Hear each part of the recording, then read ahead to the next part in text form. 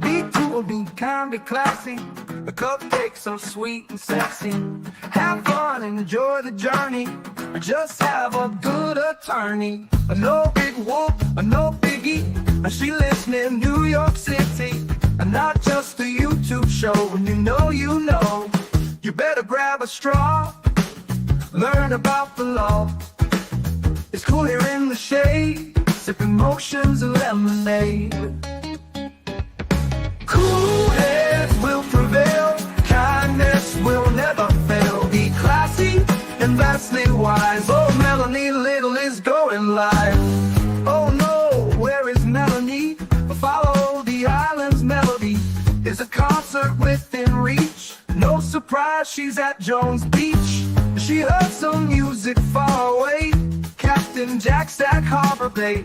He sings and his piano plays. Not all sounds are waterways. Speaking Yiddish and Latin, it's not just for Manhattan. It's for Goethe and Machegas. Ridiculous that insanus. Oy vey, Marcus. Proceed, that's for schmucks. Be cool, be kind, be classy. My cupcakes are sweet and sassy. And not just a YouTube show. When you know. Cool heads will prevail. Kindness will never fail. Be classy and vastly wise. Melanie Little is going live.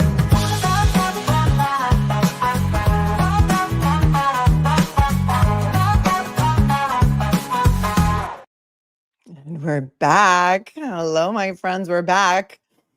Still, it is Friday, December 6th, 2024. It is now 2:30 p.m. here in New York. And allegedly, the jury was coming back from lunch at 2:15 on the Daniel Penny case.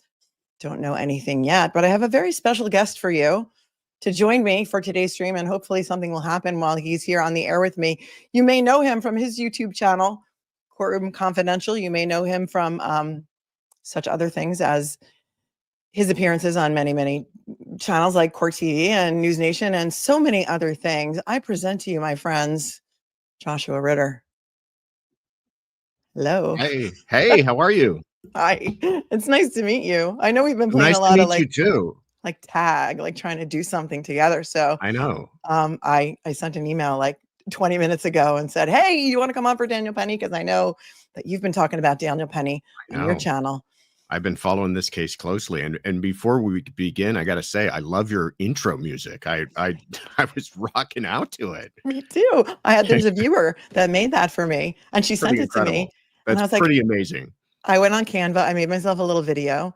Her name is Turd Ferguson, and she's amazing. So thank you to Melissa, aka Turd Ferguson. Another fun fact about you that I just learned in the green room that so many of my viewers are going to be crazy about is that you know Alan Jackson very well, and you worked with Alan Jackson. Tell us about that a little bit while we're waiting for some news. I've actually known Alan for a very long time. The way I first met Alan is when I was a little baby law clerk in the DA's office here in Los Angeles. I was assigned to be his law clerk when he prosecuted Phil Spector. That's crazy. So that was, what are we talking about? Going back to like 2006 or something, I think is when I started in the office. So I've known him. He's been a mentor of mine, a good friend of mine. I eventually joined the office as a prosecutor and worked there for 10 years and would always go to Alan for advice. He left the office to go into private practice. And about a couple of years after he left, he called me up and he said, if you're ever thinking about leaving, let me know. And eventually that turned into me leaving the DA's office to go into private practice. And I was his partner for about 5 years. I left his law firm right as the Karen Reed case was coming in. So I don't have any background information. So you missed about all the of excitement. that. Yeah, I think we passed each other. I was on the way out as that case was on the way in. But it has been a real pleasure of mine to watch him in action on that case because he's a phenomenal attorney and just an all-around great guy. We call him, or I've dubbed him, smooth as butter, Alan Jackson. Even we have an emoji. You guys in the chat members have emojis, so we have a smooth as butter emoji for Alan Jackson. And so it is true then that he is just as great a guy as we assume that he is. Yeah. Yeah. About one of the finest. I've had the pleasure of in my career seeing a lot of really good trial attorneys, and he is absolutely toward the top, if not the top. Just you put him in court and that guy's a duck in water as far as being able to handle himself. He is, we call it a master class. When he did his closing, it was like a master class in closing arguments. I mean, and his strength, as I'm sure you know, is forensics and expert witnesses. And every time he gets up there to cross one of them, it's like with surgical precision. Yeah. The thing I appreciate about him too, and your viewers will know this and then appreciate it more the next time on this next go around for Karen Reed, is he is whip quick on listening to what a witness is saying and then responding to it. He is not one of these attorneys that's kind of like tied to their outline and their notes. Oh yeah. He will jump on something that a witness just said and maybe go on a 15-minute tangent for what, one little question that they gave, but he's probably better than most at just really shooting from the hip in court. He can pivot on a dime, and that's a skill. So many actors are, so many lawyers are frustrated actors. I am one, as you can see from my little Freudian slip there. But yeah, he's a lot of fun to watch. So I know that you've been covering Daniel Penny also, and we're still waiting for something to happen. And in case you were busy this morning and you didn't have a chance to follow what's going on, and also you may live in a different time zone. So what had happened was this morning, the jury came back and said, we're deadlocked. And then there was some discussion among the attorneys, and defense said, we want a mistrial. And ADA said, no, we don't want a mistrial. We want an Allen charge. And then eventually the judge gave the Allen charge, which I went over this morning. It's like a 3-page Allen. It's like a typical Allen charge. And then the jury went back.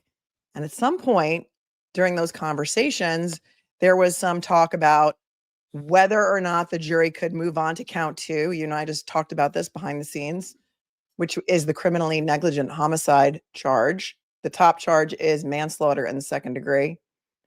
We looked at the verdict slip together, you and I'm a little bit confused by it. So I still don't know what the final decision on that was. And then at one point, the ADA said, well, Judge, we may just dismiss count 1. And we still don't really know if they ever did that. So you were a former prosecutor. Give us your thoughts on either one or both of those things. Yeah. Usually the way it works is that when you have what are called these lesser included charges, the jurors cannot move on to that second charge, that lesser included, unless they've acquitted the defendant of the first charge. And the reason that we do that is we don't want jurors just kind of coming to some sort of compromise. Like some of them may believe that the person's guilty of the more serious charge, but they'll say, you know what, fine. I'll say, let's just all agree that he's guilty on the lesser included. But that's not the way it should work. And one of the primary reasons for that is that if they are deadlocked on the more serious charge and there's a mistrial declared, the people are allowed to retry that person for that more serious charge. And this is what we're seeing in Karen Reed. A little bit different because in Karen Reed, the story goes is that they didn't actually let anybody know about that, but they had apparently, if all these jurors coming forward are to be believed, they were going to acquit her. Had they actually recorded that, then the Commonwealth would not be allowed to retry her on the more serious charge, and they'd be stuck with that verdict. But because they didn't record that, we're in the situation that we find ourselves with Daniel Penny, where the prosecution, if they want to retry him for that more serious thing, then they need to preserve that deadlock mistrial on count 1 and not just have them move on to count 2. So that's what all the quarreling is about in court. But the interesting thing is it sounds like the prosecution believing now that they're kind of playing with house money, right? Because I guess the thinking is if they're hung on the more serious count, then they're likely all going to convict on the lesser included count. And it looks like they might just want that. They want to walk away with a conviction than to walk away with a mistrial. And one of the ways they could do that is just tell the jurors, move on to count 2, which I don't think the law allows for. I'm not sure about New York entirely, but it doesn't look like the verdict form allows for that. Or now this idea that they might even just withdraw count 1, which is a very interesting concept, because in trial, that is allowed. Prosecutors are allowed to say, you know what, we feel like we have not reached our burden in this count as the trial has played out, and we're not even going to submit it to the jurors. And so they can withdraw a count before it even gets submitted. But it's been submitted now. I don't know if you now get to say, Right, let's go ahead and withdraw it, because in my view, that would just be kind of directing the jurors toward a guilty verdict on the lesser included. And the defense might say, no, no, no, no, no. We want to walk out of here with, at the very least, a hung jury and a mistrial and the opportunity to fight another day.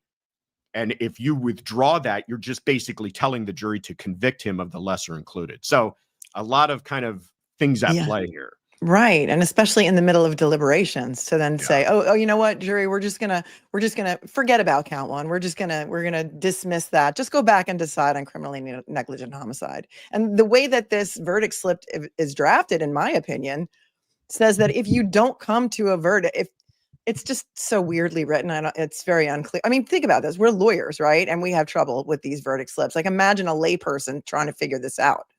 I mean, it says if you find him justified and you come to not guilty, then don't move on to count 2. But if you don't find him justified of the first charge, then move on to charge 2. It's just, it's very, it always astounds me how the most important document you're going to put in front of these jurors is this verdict form. And you would think that that would be the most clearly laid out thing for them to not misconstrue. Yet here again, we're looking at a situation where they seem to be confused by it.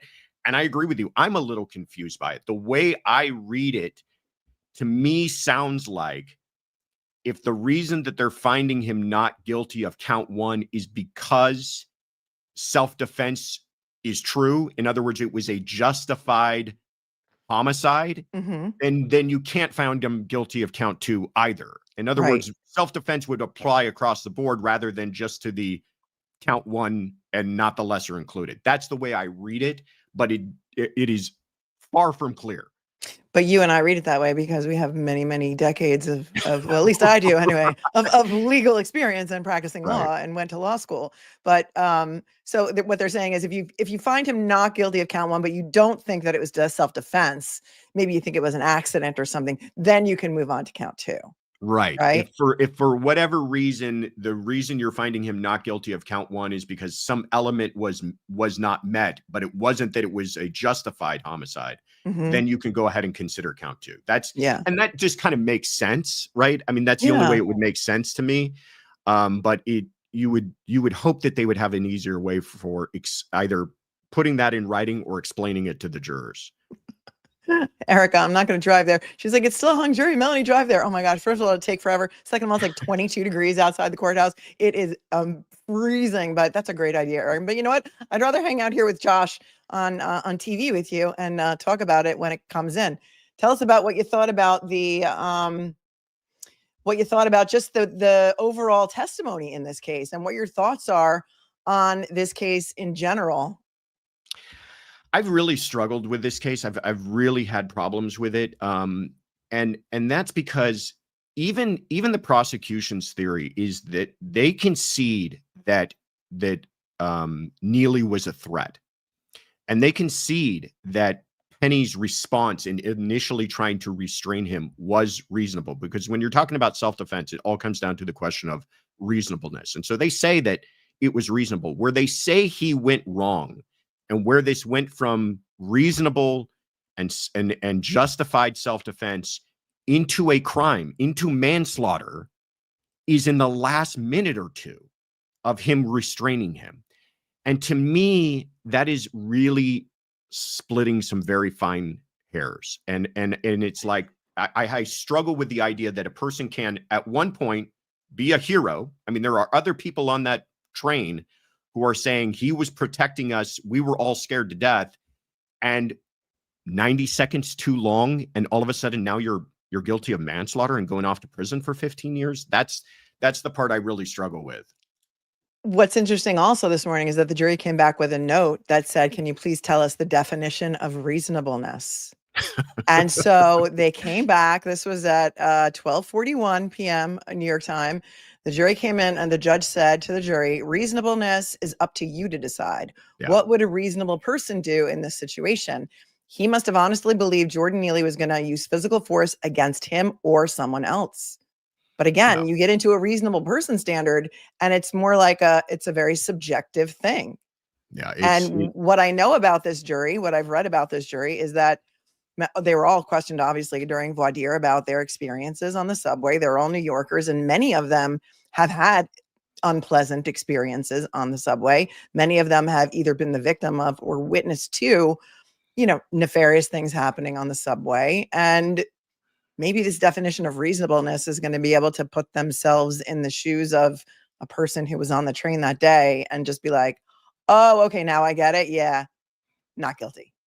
Oh, I think 100% that's what it should be. I do not think this should be a reasonable person who's never rode the subway, or a reasonable person who's never rode the subway in New York and had to deal with someone who seems a little unhinged. I think it absolutely has to include all of the context and surrounding circumstances of what is it like to be trapped inside of a tube with a person who's saying that they're willing to die. And how much fear does that cause in you? And then therefore, how should you judge Daniel Penny's actions? And I think that is a huge difference maker, right? I mean, if you had no idea of the context and you're just watching this video of him hold this man down for 6 minutes, you're going to feel entirely different about it than if you know everything else, what it's like to be on a subway, what it's like to be in that kind of fear, and what this man was saying ahead of time. Right. And we heard from witnesses. Well, we didn't get to see any of it because it wasn't televised, but I saw, clips and things and blurbs of witnesses who testified during the trial that they were in fear for their lives. There was one woman who testified, I've been riding the subway for 50 years and I've never felt fear like I felt that day. There was a woman who had a baby stroller with her, and she said that, she was shielding her baby from this unhinged guy who, by the way, had 42 priors and an outstanding warrant for assaulting a woman on a subway on the day of this incident. I don't know if the jury heard any of that because, the coverage of this is kind of like Slim and none, and Slim just got on the bus. So I don't know if the jury was able to hear about his priors because that might not necessarily be admissible. But I'm thinking if they did, they're like, done, not guilty. Yeah. Yeah, I don't think they heard about his priors either. Usually that kind of stuff doesn't come in because Daniel Penny didn't know about his priors, so therefore it couldn't play a role in his decision making. But I agree with you that you hear some of these post-incident interviews with some of the fellow passengers, and they are all talking about how happy they were that he stepped in and how afraid they were during that whole situation. I don't think anyone, and even the government, by the way, did not fault this man for intervening.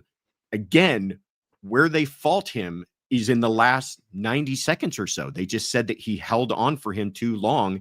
And that became, from reasonable self-defense to unreasonable manslaughter. And in my view, that's a really tough standard to put on person. I mean, we're not talking about civil liability where he's going to have to pay some money. We're talking about putting this man in prison over, perhaps not realizing the threat had passed 90 seconds or so too late. And when you're in that situation, are you thinking about time? Are you looking at your watch, or are you just waiting to stop at the next stop? Right. They were in between stops. Like he said in his interrogation video that he was just waiting to get to the next stop. He was just restraining him. And the family of Jordan Neely did file a civil suit yesterday, by the way, which is really odd timing while the jury is out, I think. But what are your thoughts on the medical examiner's testimony? Because I have a lot of problems with the state medical examiner's testimony and the fact that she didn't wait for the toxicology to render her cause of death and manner of death, and that she saw a Twitter video or something of Daniel Penny doing this alleged rear naked chokehold, but admitted on cross that she could not see or could not tell from the video how much pressure he was exerting, whether the pressure was constant. I have so many questions. Yeah. I don't, I try to avoid being hyperbolic, but I was appalled by some of the testimony that I heard. You just from that validated me. medical examiner. The quote that I keep on going back to is, she said that it would not matter to her at all, the toxicology report. It wouldn't change her opinion at all. And that something like, I don't care if he had enough fentanyl in him to kill an elephant, it would not change my opinion. That to me is just a patently ridiculous statement, because a medical examiner is a scientist, and they don't have a dog in the fight, or at least they're not supposed to. They're not supposed to be on the prosecution team.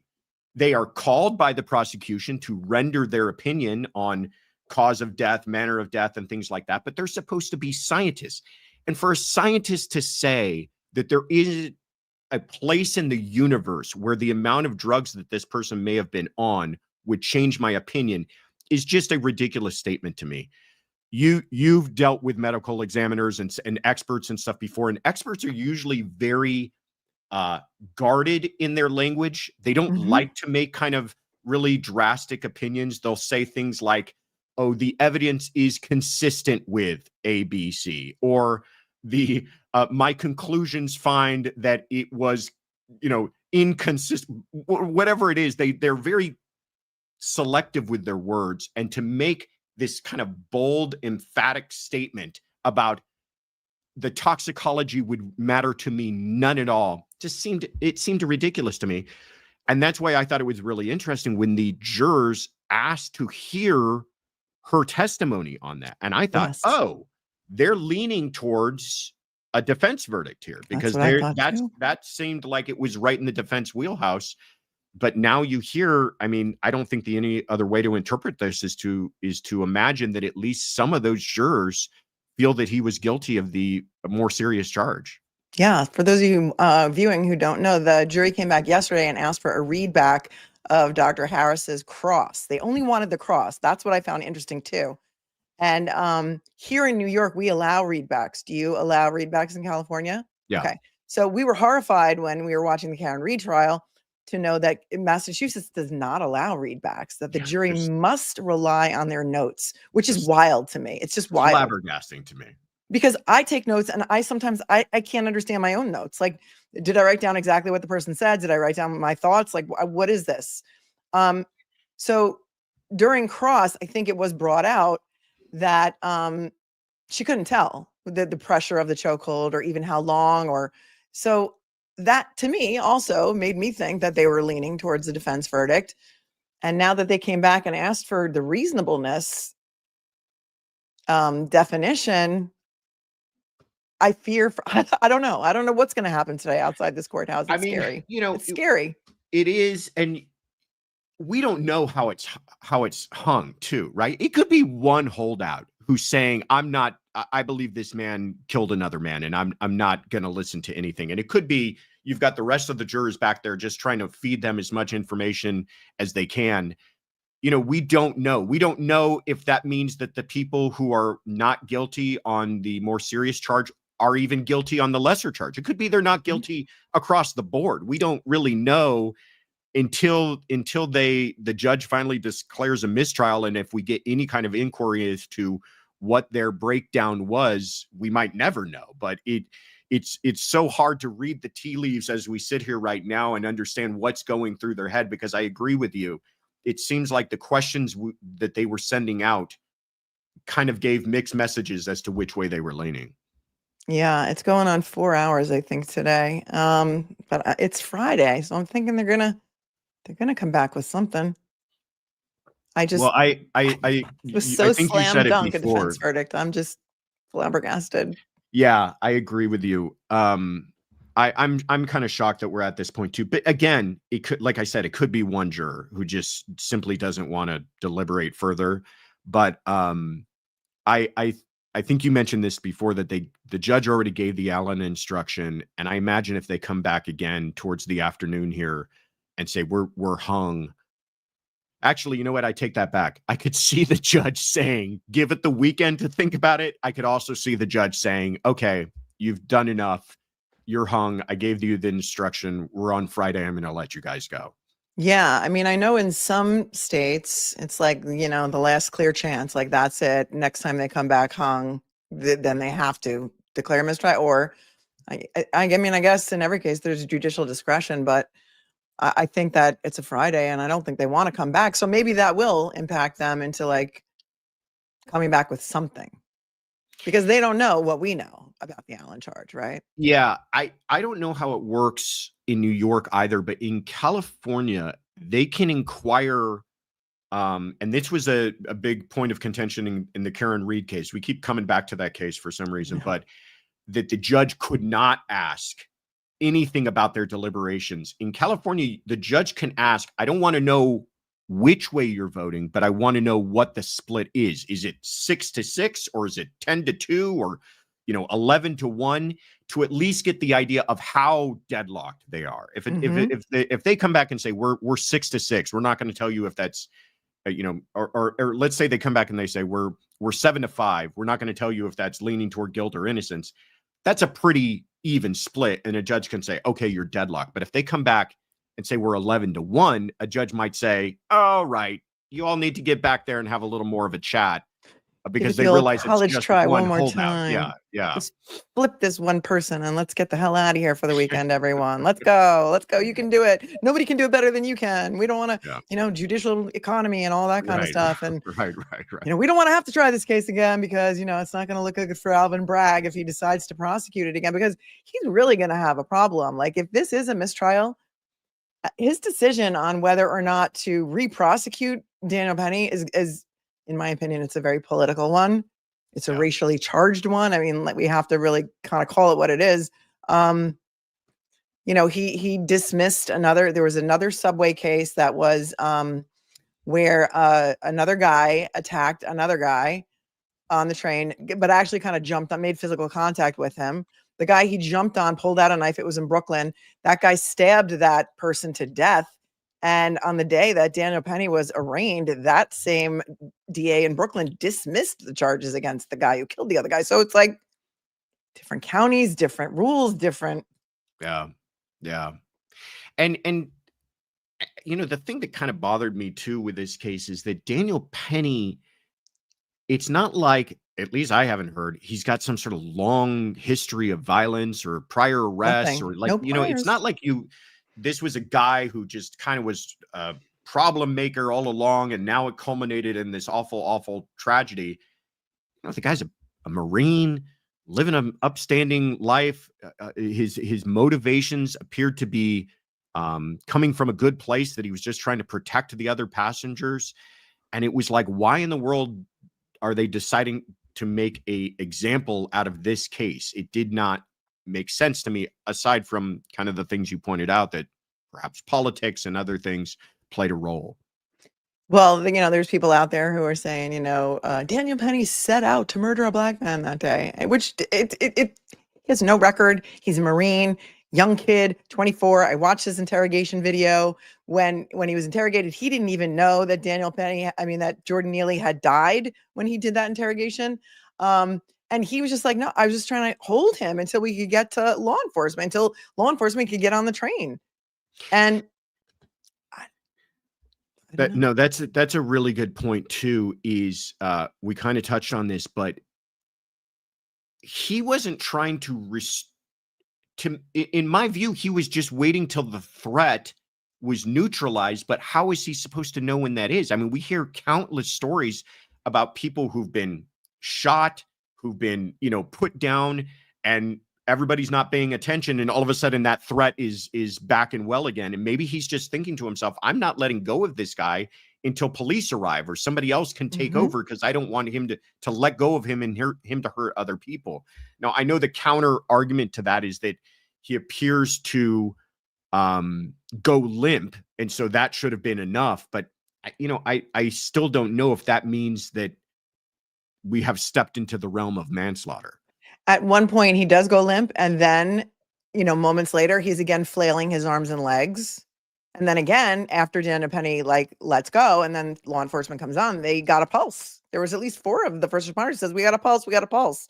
That's why I thought this was going to be so easy. For those of you just joining, we're still waiting for the jury. As of 40 seconds ago, 2:54 p.m., our guy, Inner City Press on Twitter, says he's back in the courtroom for a while. The court officers, but no sign of Judge Wiley or the lawyers. And then he posted again the verdict sheet that we looked at earlier this morning and that you and I looked at off the air. So we're still waiting. They've been given the Allen charge. They were at lunch until 2:15. And so now we're kind of talking about the case and waiting to see what happens because we expect that they will be back probably soon. Yeah, those Allen charges are such a funny thing too, because it's a weird thing to say. You know, the jury, this isn't like a jury who hasn't taken their time, right? They took several days. They've asked many questions. This is a working, deliberating jury, and I applaud that. And they came out and they said, we've reached an impasse. And when you give this in kind of instruction, I always wonder, like, what do they talk about when they go back in? Do they just all kind of fold their arms and stare at each other and go, you heard the judge, right? You need to change your mind. Like, I don't, it's such a weird instruction, because especially in this situation, you could understand if they came out an hour later and said they're hung. The judge would be like, no, that's not how this works. Get back in there and work some more. But they've obviously demonstrated that they're taking this job seriously, and they've just reached an impasse for whatever reason. Exactly. So, I mean, we'll see. We're here for it. Nothing yet. What else you got? Well, what yeah, else you got? Yeah, I guess, you know, I've been trying to think about the one thing about this case that I feel like the defense did an incredibly admirable job.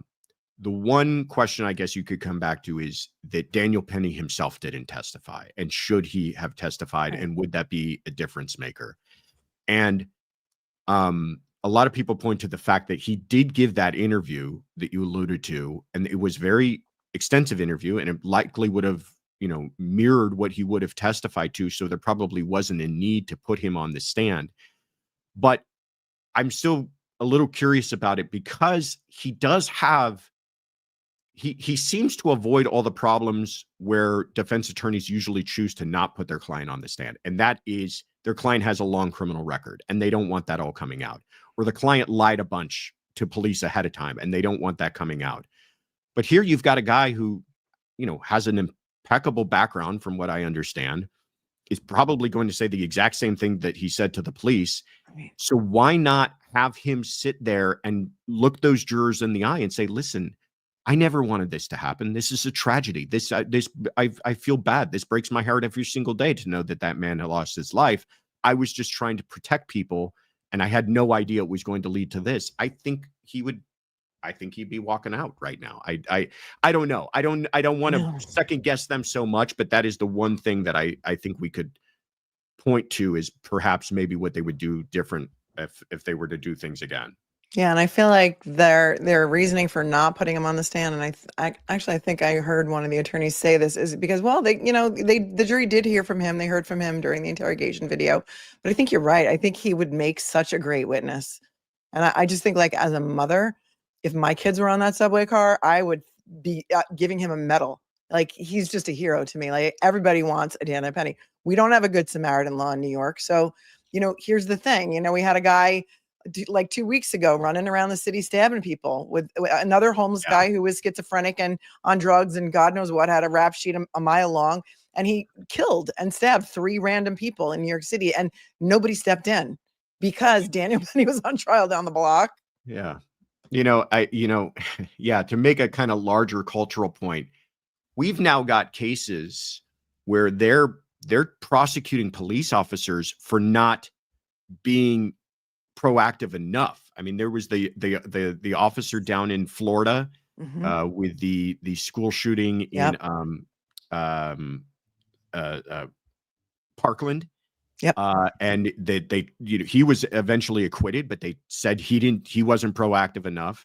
You've got that case out of Texas. And again, I'm not trying to make a blanket statement that they should never prosecute these cases, but in some instances, we're looking and saying, why didn't anybody do anything? Right. And then in this instance, we're looking and going, why did you do anything at all? It's like, what if something really tragic and awful had happened because Penny didn't stand up and respond? We'd be talking about maybe a much more tragic case.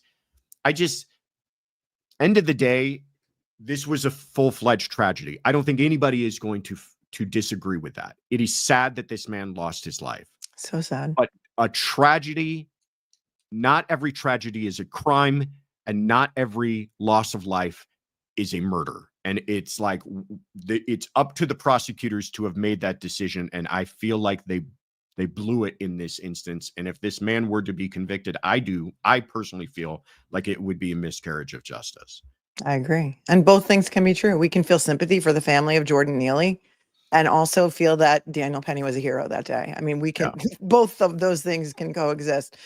Thank you, Courtroom Confidential. That is the name of Josh's channel. A lot of people were asking in the chat. Courtroom Confidential gifted 5 memberships. So thank you so very much. I don't know how you were able to do that while you were sitting here talking to me. Deborah, thank you for gifting 5 memberships. Also, I think Joshua's channel is linked in the video description or the title. You can click on it. I'll add it to the show notes later, but obviously go over there and give a subscribe and a like because, you know, that's what you guys do. Thank you, Deborah, for gifting 5 memberships. And to the 10 members who are new here, welcome. Ryan became a member. Welcome. Still a hung jury. We're still waiting. We are still waiting, just like the Talking Heads used to sing. Shane, thank you so much for the 10. Lifelong New York City. No one helps anymore with iPhone cameras. Monday AM quarterbacks, an overzealous prosecutor. Ask any juror if their mom, child, elderly parent was on the train, what would they have wanted? Hero. That's a really interesting point, too, is that I wonder if this case would have been brought if it wasn't for the cell phone video. Right? Because it's only...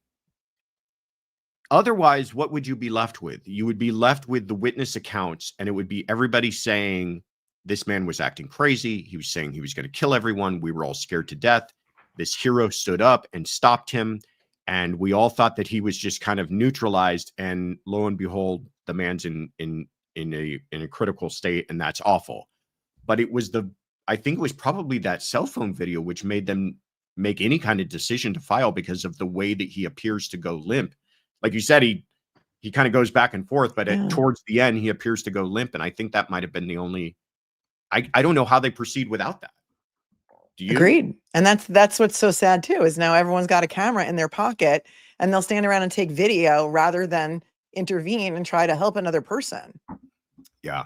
You know, that too. And I thought that the jury would be more concerned about cause of death. I thought that was going to be the main issue here, cause of death, not reasonable force, right? I thought, to me, it was an obvious, like, what was the cause of death? Because the state medical examiner said it was, the chokehold. And then you have the defense expert who said, no, it was a combination of the drugs, schizophrenia, and sickle cell trait. Something that kind of gets lost, but that's a great point too, is that, it's not mutually exclusive that he could have held on to this man, even held on to him for a little too long, and still not have been the actual reason that he lost his life. Right. Which is, by the way, a crucial element in proving manslaughter. Right? Causation. You have to show that you're the actual cause of it. So if you've got one expert saying one thing and the other expert saying another, that would seem like it would give perhaps a basis for reasonable doubt on itself, especially given the problems that we both have with that the state medical examiner to begin with. I mean, it just seemed so, but it seems to me that they're hung on maybe reasonable force. KP, thanks for the 5. Lesser included offenses are a joke. Shouldn't be able to throw 5 things against the wall and hope one sticks. Free Penny.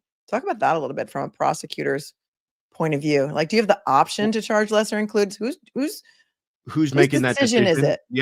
It's the judge's decision. Usually it's the judge has what's called a sua sponte duty. And the judge has to say, given the evidence that I saw play out in court, do I feel like it satisfies the elements of the crime charged?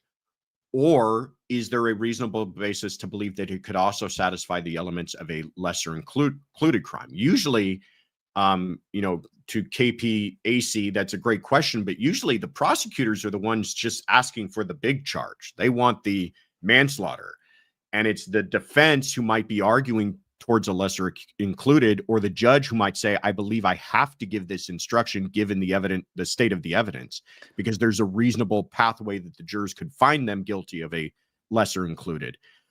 There are situations though where defense attorneys say, I don't want that lesser included. I want all or broke on this thing. I don't want there to be some split the baby in the middle thing where they're going to compromise.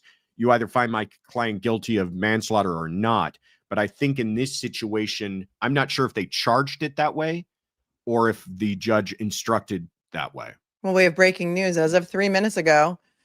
As of 3 p.m., ADA Daphne Urian has come into the courtroom. Court officer says the judge is coming down. He does. Now Daniel Penny and his lawyers come in. Judge says, we got the note.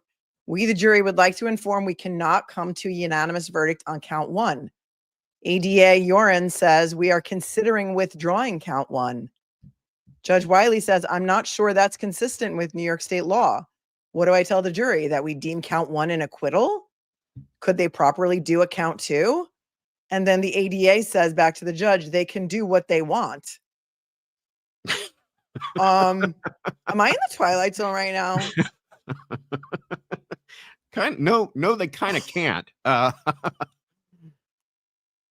So that's from boots on the ground in the courtroom. That's what just is being said in the courtroom. As of 2 minutes ago. Yes. As of 2 minutes ago. Can I get on my soapbox for the quickest of seconds? As a former prosecutor, it really bothers me when you see prosecutors who seem like they just want to get a conviction, hell or high water. And because you're just creating problems, putting aside that that's not the job, you're also just creating problems for yourself on appeal, right? Like, why do you want to secure a conviction that you know is going to have so many problems down the road? Do it right. Even if that's the hard way or the long way, or it takes you a couple of tries to do it right, because it's better for everybody that we know that these convictions are going to stand, rather than you Rube Goldberg your way into a conviction that ends up getting overturned down the line, and now everybody looks bad. Do you want the win or do you want the truth? Right. Yeah. Okay. And now, so here we have a live feed here.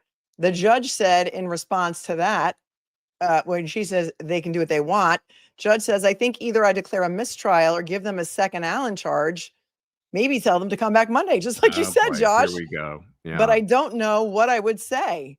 And then the ADA says, there's no point to that if we don't resolve this first. Ooh, she's getting a little testy. Well, also, if you're gonna tell the judge, where's your case, where's your authority? If you're saying that, yeah, we remove this charge, you would hope the next thing out of her mouth would be, according to people versus so and so, we can withdraw the charge at this point. But just going in there and saying they can do what they want is not lawyering. No, and I think earlier we were looking at a thread where he told her, go find me a case. Yeah. And she didn't. Because I bet you it's not out there. I don't think there is a case. And you know what I say? There's always a case. You can always find a case. But in this case, there probably is no case. So this is kind of scary what's going on inside the New York courtroom right now. Let's see what the judge says next. Why don't we have cameras in there? I mean, this is exactly the kind of stuff that you don't have them in California either, though, do you? Oh yeah. Do you? Because there's a lot of trials that are... It's up to the judge, and for some reason, judges recently have been against it. But no, it's up to the judge. I thought after OJ they were kind of like, yeah, no, we're not going to do this so much anymore. No, they have cameras in the courtroom still. Huh. All right. Well, that's good. That's good to know. I mean, I guess not in federal court. Rule in New York. Yeah, it's pretty much a rule. I don't know that it's codified anywhere, but it just never happens. I mean, they always make motions, but they're like, yeah, no, we're just not doing it. Yeah, like the Long Island serial killer will not be televised. Really? See, that kind of stuff really bothers me. Not just for the sake of what we do, but for the sake of this kind of stuff. Now we're all sitting here going, what is going on in there? And is it is it really the right thing, or is there a bunch of kind of nonsense taking place? Yeah, and we're relying on inner city press to give us the true dope here. Yeah. And that's where we're at right now. And then the judge says, go think about it. All right, so there's something newer than this. Judge says, go think about it. Let's break. Oh, God. So again, why can't they just hang on count 1 and convict on count 2? But, maybe he's telling her, go find a case. Well, I thought that's what they would have been doing since the last time they got the note. Yeah.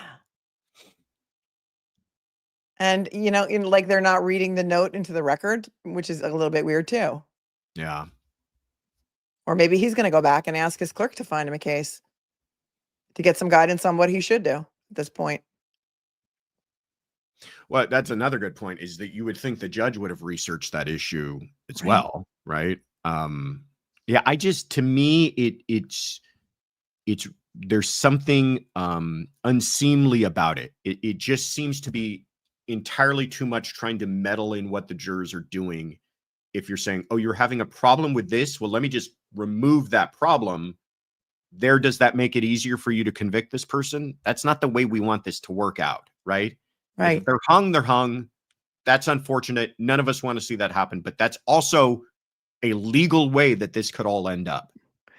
But on the other hand, we go back to Karen Reed, and the judge never asked if they were hung on all counts or if they were only hung on some counts, which this judge is like actually doing, except on the verdict slip it says, if it doesn't say anything about what if you're the hung judge on count hasn't. 1. The judge has not like kind of inquired as to how they're hung, right? He doesn't ask the split, but they did Yeah. say we are hung on count 1 is what they're telling him. I think that was the information. I don't get it. I love the way they do it in California, where they will ask, because then at least it gives everybody an idea of how desperate of situation is this. Yeah, is it 11-1? Not know, right? But to not know, and then just to kind of explore, a little bit more than what happened in Karen Reed might have avoided all that trouble. That one blows my mind too, that it seems like maybe a couple of follow-up questions could have avoided all that.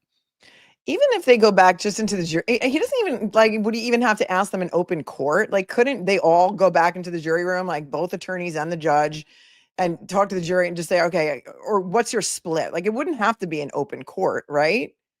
I mean, yeah, I don't think there's done that way. I mean, I think it would have to eventually be on the record what they Right. did, but if there's some problem with having that done, but I mean, it's not like we're reinventing the wheel. Like I said, they do it all the time here in California, and the judge just turns to the foreperson, makes it abundantly clear. I don't want to know how you voted, but I want to know what is the breakdown. Is it 10-2 or 6-6?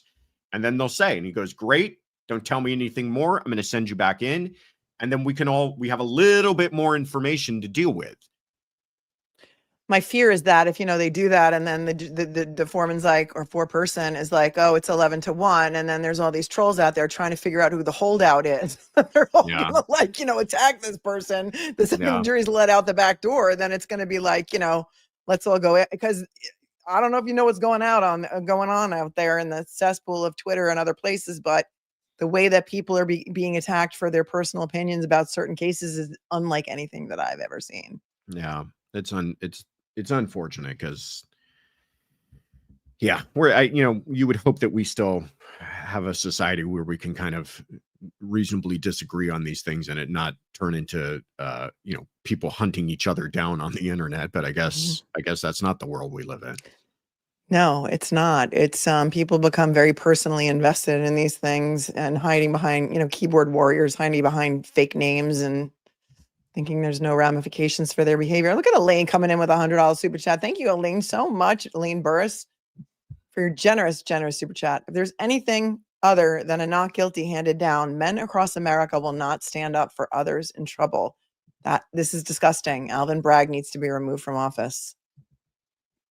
Thoughts? I mean, not on Alvin Bragg. Elaine, I can't say I disagree with you, Elaine. If this man is convicted, I can guarantee you that myself included, it will be something that I think about next time I see something that is a situation where I feel like, should I involve myself or not out in public? Right. Right. I mean, if we see this type of thing take place, I imagine there will be many more people kind of second guessing whether or not they get involved. And again, what good is that doing for society to pursue this case against Mr. Penny?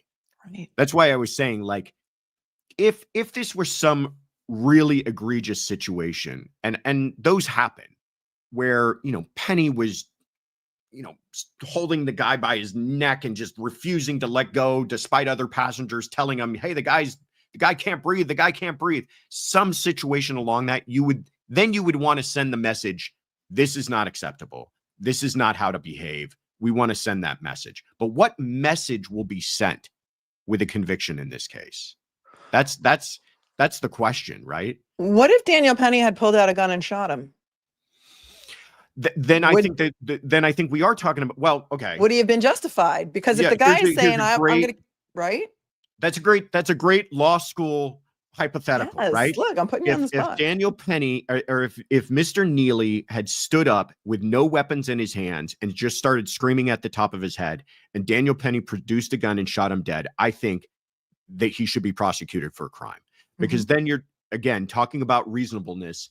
Is it reasonable to use deadly force in that situation? I don't think so. And that's why Daniel Penny didn't do that. What he tried to do was restrain this man.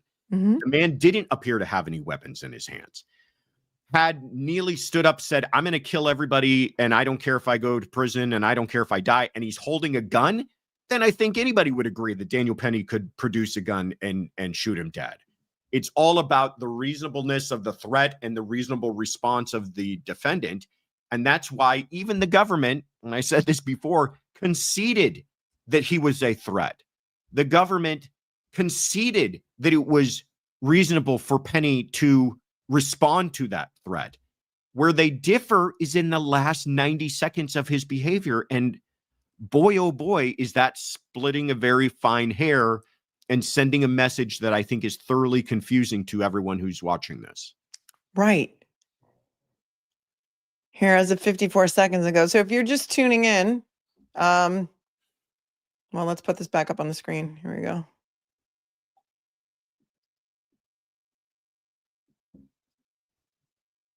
As of 3 minutes ago, Daniel Penny jury has reaffirmed that they are hung on count 1. Judge Wiley has said he does not think that they can go and consider count 2. ADA Yoren says she might dismiss count 1, call in an acquittal to get to count 2. And as of 54 seconds ago, that's why ADA Yoren is talking about dismissing or withdrawing count 1 before it's formalized as a hung jury or mistrial. The DA would be willing to call the hung jury an acquittal on count 1 in order to get the chance of a conviction on count 2 if the judge allows it. And the judge said, okay, let's take a break and either go find a case. Well, think about that gamble too, what the DA is doing here. That DA is saying, I am so confident that the way this is hung is that the people who are not guilty on count 1 are guilty on count 2. Right. That's where she's coming from. Because if the judge allows this and they end up being hung on count 2 as well, because the people who are not guilty on count 1 are just not guilty across the board. They're people who believe this was self-defense and they're not guilty across the board. Then they don't get to retry him on count 1. They've dismissed it and it's forever gone. Yep. So this is a gamble. They're saying that's what I mean is they're just so desperate to secure a conviction here that they're not really thinking about the consequences of it. I don't like it. I just don't like it. It just sounds it's too much intermeddling with the deliberation process, and I just feel like it leads to an icky result if that's a legal. I was going to say icky too. That's so funny. You took the words right out of my mouth there. It feels icky. It feels like you don't care about the truth. You want a conviction no matter what.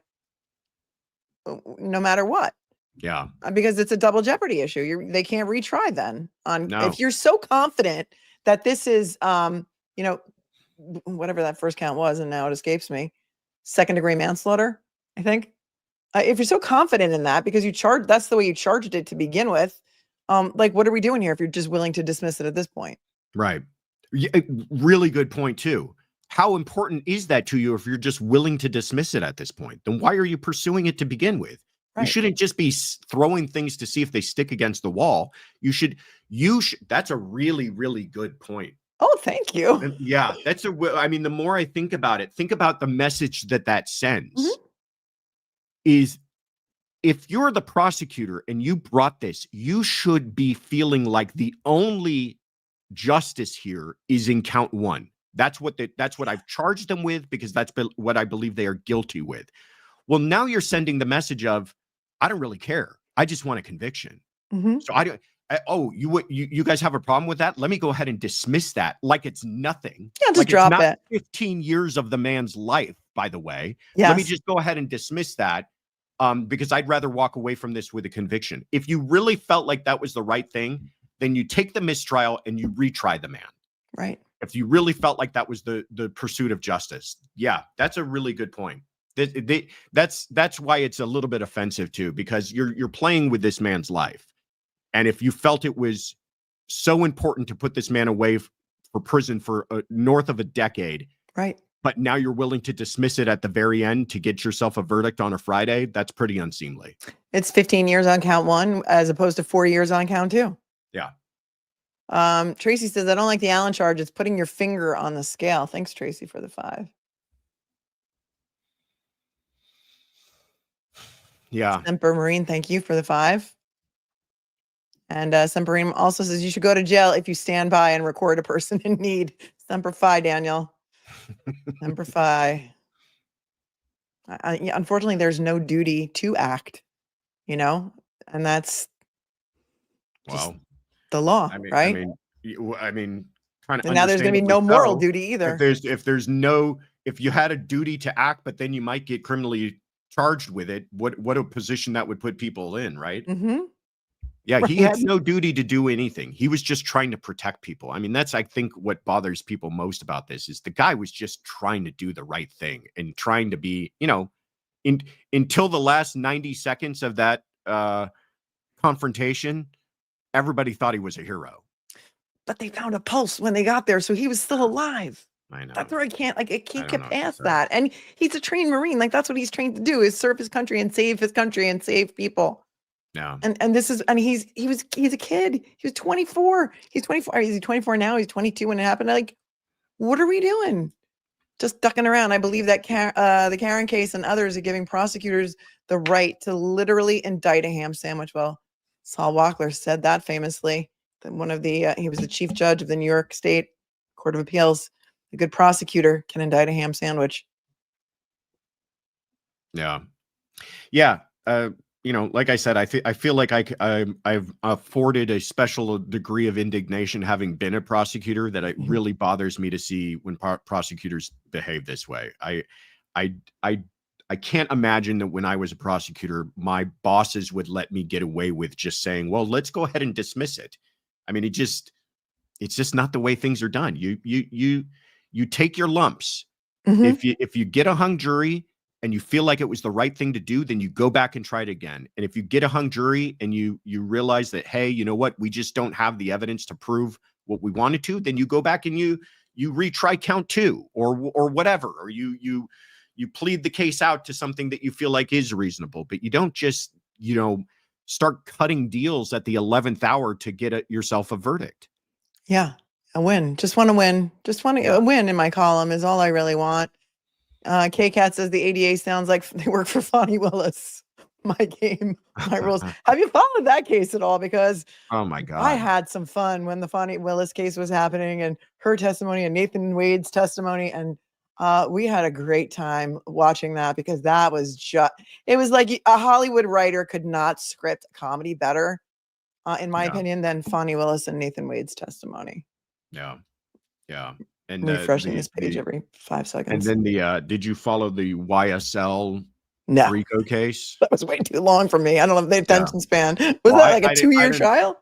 follow it either, but 2-year long, longest in Georgia state history trial, 28 people indicted, and it ends up with the only jury conviction they get out of the whole thing is 1 count of a felon with a firearm. After all of that, I can't even imagine how much it cost them to try that case. I can't even imagine it. I usually don't like to get into those discussions about what kind of money are they spending and doing all of this, because I feel like, prosecutors should pursue justice. Right. I'd not think about the budget, but boy, oh boy, 2 years of man hours and 2 years of jurors' time down the toilet to get a conviction on a gun charge. Insanity. But there was one really fun witness in that trial. I can't remember his name right now, chat. Maybe you remember his name. But he was like fire. He testified like for 4 days. And it was like, I'm not saying anything. I'm just going to lie to you. I'm just going to lie to you. I forget his name. You guys in the chat probably remember his name. He was hilarious. And we didn't cover his Woody. That's what his name, Woody. His name was Woody. Woody. That was some fantastic, like, again, Hollywood writer's room type testimony. It was fantastic. Little Woody. Yeah. That was great stuff. If you're just joining, there are 3,699 of you. Let's see who will be the 3,700th viewer. Smash the like button. Get over to Courtroom Confidential. Give them a sub. We're still waiting right now. We are waiting to see if ADA urine is going to be allowed under the case law and the judge's rules to withdraw count 1 and just let the jury go back and consider count 2, because the jury has told the court unequivocally that they are hung on count 1. So we are waiting for more information to see what they're going to do next. Yeah, I think the judge should probably end all of this too. It's up to the judge to even allow, they can move to dismiss it, but the judge has to order it. Even if the DA says we move to dismiss count 1, it's up to the judge to order it. So the judge could end all of this now if he chose to and just say, no, I'm just declaring a mistrial. We've got a hung jury. They're deadlocked. They've indicated twice now. I'm going to go ahead and declare a mistrial and move on to fight another day. Yeah, just to refresh recollection here for chatters, if you're just joining, count 1 is manslaughter in the 2nd degree, which is up to 15 years in prison. And count 2 is criminally negligent homicide, which is, I think, 4 years in prison. And you may also recall from this morning's stream that the defense attorneys asked for a mistrial this morning after the first note where the judge said, where the jury said there was no unanimity, and the judge denied the mistrial. They asked again just now. Now there's a break with the judge considering a second Allen charge and to come back Monday, or allowing the ADA to withdraw count 1, the count 1, which is manslaughter in the 2nd, and and tell the jury to go back and see if they can reach a decision or a verdict on count 2, which is the criminally negligent homicide. So here we sit. And the judge, yeah, I agree with you. I think the judge should just step in and be like, okay, judicial discretion, it's a mistrial, goodbye.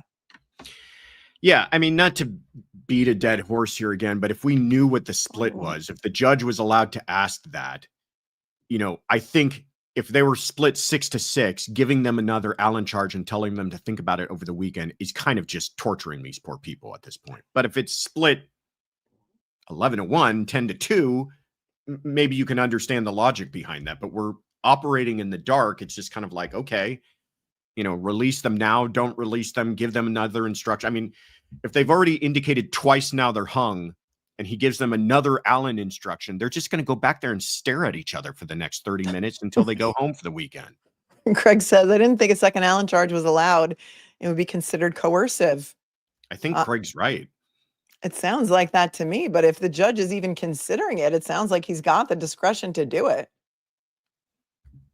Or he thinks he does anyway. Sure would be nice if we had cameras in the courtroom to let us know exactly what Wouldn't is it being be? discussed. Yeah. Elaine comes in with another 50. Says, let's not forget he was still alive when the cops arrived. The cops refused to administer CPR because he was dirty and stinky and they didn't want to risk getting AIDS, right? Well, on the stand, the sergeant said, I didn't want to risk any of my guys getting hepatitis. Daniel Penny did not kill him. The cops let him die, says Elaine Burris. Thank you so much. It's a good time to point out that the opinions of my viewers are not necessarily my opinions or Josh's opinions, but thank you for your opinion, Elaine. And I think a lot of people feel the same way. I mean, the sergeant did get on the stand and say that. Yeah, I mean, it goes back to that point we were talking about earlier, that causation is not a given in this case either. That you've had two experts opine in entirely different directions, and even with that testimony, that it may not entirely connect the dots that he is the actual cause of this person's death. And again, you go back to the question of, with a case with all of these kind of problems, what are we doing here? Why are we pursuing this? Update as of 3:30 p.m., which is 4 minutes ago, 57 seconds ago. ADA Daphne Yoren comes in with another lawyer. Sergeant, tell the judge we are ready. Can we get another chair? She asks and says, sips from a pink water bottle. The guy's on it with his details. So something's going to happen. The judge is going to come out now. So we're waiting. Hopefully that's a supervisor. Hopefully that's somebody with some case law. Well, right. Maybe it's the law clerk, the research assistant, or I mean, I'm sure if it was Alvin Bragg, I think that this reporter from Inner City Press would recognize him and say, she comes back with Alan Bragg, right? Who's going to now decide something or make a statement. And Jen Lee 143 says Joshua is the West Coast Betterow. I don't know if you know who Mark Betterow is, but that's I do. It's a compliment. Is that high praise? I'll take it. Yeah, it's a compliment. I'll allow it. Thank you, Jen Lee, for your super chat. Not Cupcakes, thanks for the 20. What do you think is the difference in cost? What do you think the difference in cost would be for defending both charges versus just the second charge? All the money he spent for nonsense charges is sickening. Oh, you mean the defense attorney's costs? I think you could answer that better than I could. Yeah, I mean, I don't know this guy's financial situation, but I know that none of this is cheap. And if he's looking at a retrial, it's just going to get worse for him. So I don't know what the arrangement he has with his attorneys, but it's also a good point that there's not just money being spent by the taxpayer. There's also money being spent by this man. I know that his GoFundMe for legal fees raised over $3 million. Oh, wow. On his behalf. Maybe, so, I mean, maybe he isn't all that concerned. There's a lot of people out there who really believe that he should not have ever been charged. Thank you, Not Cupcakes. Romy, thanks for the 10, says you would have loved the court reporter, Miss Weaver, in the YSL trial. Thanks, Romy. I don't know. I don't know, but I'll take your word for it. Joshua, I don't want to keep you here if you have somewhere to be or something to do, but as of 20 seconds ago, I'm all tense now because it seems like something's going to happen. So I don't want to stick around. On the 20 seconds ago, Daniel Penny and his lawyers come in. Judge Wiley says, what do the people want? ADA says, we'd like to dismiss count one. Please let. All right, wait, we got to put this on the stream. Hold on. We got to put this on the screen because you got to read this with me. All right, hold on. Judge Wiley, what do the people want? ADA Yaron, we'd like to dismiss count one. Please let ADA Stephen Yu, our appeals chief, speak. So that's who's with her, Stephen Yu. Judge, may not be necessary. Dismissing the first count would resolve the compromise verdict issue. Translation, please. I think dismissing count one means that if you dismiss count one, you're dismissing the lesser included as well. Yeah. Is that how you read that? No, I think what they're saying is, Judge, may not be necessary. Dismissing the first count would resolve the compromise verdict issue. Well, I think what the judge is saying is that the issue of them just agreeing to a count two because they want to compromise and get out of there, by removing it, then there's no longer these holdouts who are not guilty on count one. But then again, that's all assuming that these not guilties on count one are guilties on count two. They could, they could remove. A very real way this could end up is they could, if the judge allows this and they dismiss count one, they could send back a note and say, great, we're still hung. We're still deadlocked. because they could, those not guilty voters could just be not guilty across the board. This was a self-defense case. Right. But this is why having no camera really stinks, because when I can't tell if the judge is saying may not be necessary for your appeals chief to speak, because I don't care what he has to say, because if you are willing to dismiss the first count, that also by operation of law dismisses the lesser included. If it was charged that way, I don't know if they charged it independently or if this was a lesser included added by the judge. I don't know. And we wait. I know this guy can't tweet fast enough. I'm gonna have to send him like a giant Venmo when this is over, because he's our eyes and ears, and he's the only one out there who's doing this. So come on, Inner City Press, aka Matthew Russell Lee. So everyone go sub to him on Twitter. He's at Inner City Press. Tell him that we are waiting with bated breath over here. Get his thumbs typing faster. Right. Okay. And then, okay, we got more. Here we go. Then Penny's lawyer, Tom Kenneth, says this would be elbowing the jury, coercing them. Judge says the DA's proposal would resolve that. EDA Wu, the appeals chief, says, Your Honor, put it correctly. Removal of the top count with prejudice takes that concern away. And the judge says, what do I tell the jury? So, yeah. So I think what the defense is saying is kind of my concern that I brought up earlier, that if you remove it, then you're indicating to the jurors that you want a conviction here, that you're saying, okay, you guys are hung. Let me remove the problem so that you can go ahead and get a conviction. But I think what the judge is saying is, I'm not directing them to have a conviction. I'm just telling them that if they don't believe they can resolve this on count one, then let's remove count one and see if that helps out at all. But it very well could not. Like I said, it very well could be that the judge says, we're withdrawing count one from your consideration. Please consider in your deliberations count two, and they could send out a note saying, yep, same spot. Right. And this Tracy is a great super chat at the perfect time. Says judges need to start being judges. Yeah. Why is he saying, what do I tell the jury? How about judge? You're the judge. Like, you need to decide what to tell the jury. Like, this is not this is not a collaborative thing here. Like, judge needs to judge.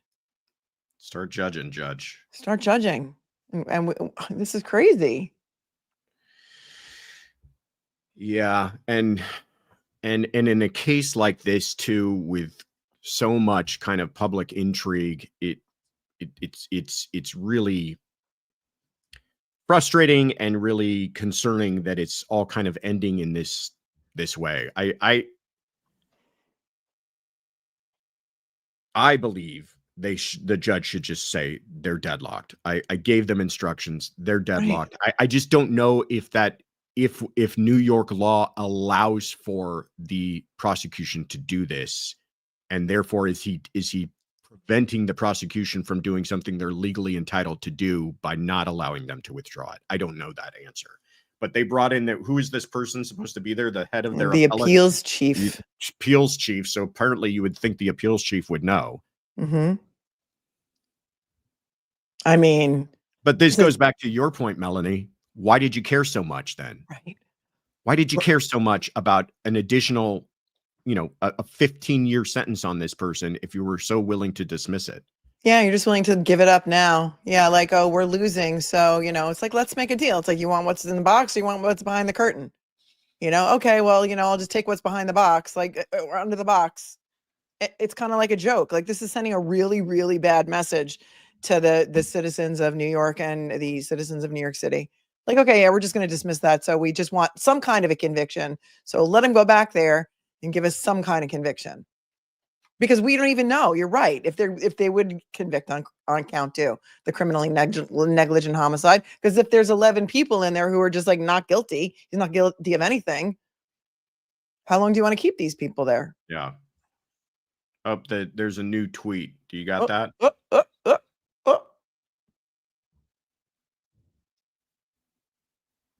What do you got?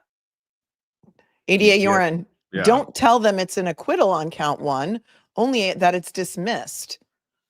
Then Penny's lawyer, Tom Kenneth, says this has never been done before. It would encourage prosecutors to overcharge in the grand jury with the option of withdrawing if hung under coercion. Great point by him. What do you think? Really good point. Really good point. Then what do they got to lose, right? Right. If they know they can just at the last minute get themselves a conviction, why not? God, that's a really good point too. Yeah. And if he's saying, I don't know Mr. Kenneth's history, but if he's saying this has never been done before, I imagine they've done a little research themselves. Mm-hmm. Yeah, it's really sending the wrong one. This is all icky. This is all a little gross at the very end here. It does not seem like the normal way that things should be operating in court. It's like, okay, so now just charge everyone with like second-degree murder. And then, if that fails, it sticks. Yeah, if that fails, you can always just withdraw it at the very end and get yourself a conviction on the manslaughter that you were looking for anyways, or whatever the situation is. It's gross. I don't like it. I'm not happy about this right now. And look at this. I'm just a girl in the world. Throws in a 5 and says a third law daddy. Great guess. And we got lots of law daddies. We got the crash daddies in the Karen Reed case, the biomechanical engineers that came in to testify. So, I mean, they're complimenting you is basically, and paying me $5 to tell you that. So thank you. I'm just a girl in the world. I appreciate that. That's amazing. And Elaine, as a grandmother, says, I will make sure to inform my grandsons to never step in to help anyone. Turn and walk away. We thought it was bad people pulling out their phones to record everything. Maybe they are the smart ones. Elaine, that's a really great point. And it's really sad that this is like where we're going with this right now, because you may be right. I may be crazy. And that's a Billy Joel song, by the way. Yeah. Isn't that sad though? It is. I'll share with you a quick anecdote while we're waiting that I have some friends in law enforcement who told me, this was a couple of years back when kind of the political climate was even more heated than it is now. And they were police officers, and they said that they themselves and other officers, if there was like a call for a commercial burglary, suspect on scene, whereas years ago, they might have gone sirens ablazing to go out and try to catch that person. Now it's the kind of better choice to, take your time getting there, because it's a commercial, it's just a property crime, right? Let the guy get away and just write the report, because the idea of getting into a confrontation with someone where you may end up having to pull your weapon and something really awful happening is not something they're willing to risk anymore. And I'll just leave that there kind of without commentary if we feel that that's a good way that things end up in law enforcement or not. But it is true that these cases have very real ramifications and consequences beyond the case itself. I mean, even a lesser example is like during the panty. You can't even say that word on YouTube, or they totally, shadow ban you, and it's a whole thing. When security guards at high-end luxury stores were just letting people walk out with merch, they're like, I don't get paid enough to risk my life. When people are clearing off the shelves at Walgreens and CVS, the security guards were just like, would you like another shopping bag? Take whatever you want. Because they're not prosecuting. And here we sit. Yeah. Anything new? Let's see. Oh, wow. 20 seconds ago. Here we go. Yeah. In the Daniel Penny trial, Judge Wiley just said, I'm taking a chance and granting the people's motion to dismiss count 1 to allow the jury to consider count 2. Penny's lawyers object, would clearly appeal if needed. And the inner city press continues to live tweet below. This is insane. This is insane. This just goes to show that they did not give a duck. We say duck now instead of the F word. They do not give a duck about a conviction on this. They did not give a duck about these charges. They just wanted to convict. They just wanted to win. They just wanted to win. Yeah. Well, one way to look at it is that 11 years just fell off the table. right? Yeah. Yeah. True.